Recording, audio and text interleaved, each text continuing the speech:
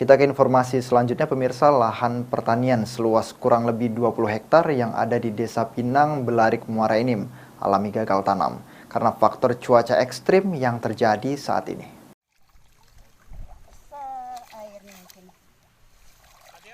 Beberapa minggu belakang, Kabupaten Muara Enim mengalami cuaca ekstrim dengan curah hujan yang cukup lebat sehingga sebagian sungai meluap karena intensitas air yang berlebih.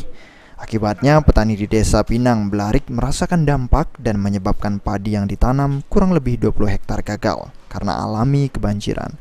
Menurut Ketua Penyuluh Pertanian Lapangan, Muhammad Zaki, cuaca ekstrim dan hujan deras merusak lahan persawahan petani di Desa Pinang, Belarik dibanjiri luapan air sungai.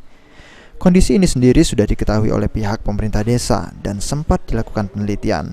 Apalagi sawah yang sudah ditabur pupuk untuk padi sehingga harus terbuang percuma karena terbawa banjir dan tercemar limbah tambang. Terdampak itu kan ada dua kelompok tani kan, di bawah naungan Kapoketan. Kelompok Sinta dengan kelompok Kajangan. Nah, itu lebih kurang 15-20 hektar.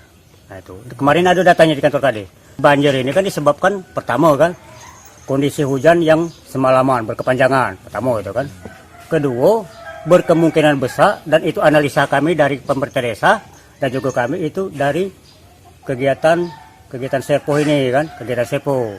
Nah, otomatis penampungan dari pihak Serpo yang dibuatkan itu seluas berapa meter kurang tahu persis, cuma lebar itu kan. Tidak mau lagi dengan kondisi debit air yang begitu banyak masuk ke penampungan tadi sehingga meluap balik ke areal pertanian sawah tadi ya, kelompok tani. Nah, itu diantara dampak-dampak yang berpermasalahan. Pemerintah desa saat ini masih melakukan upaya terhadap PT Serpo untuk bertanggung jawab atas pencemaran limbah. Akibat kebanjiran dan pencemaran limbah tambang petani mengalami kerugian bibit padi dan pupuk. Mariansyah, PAL TV.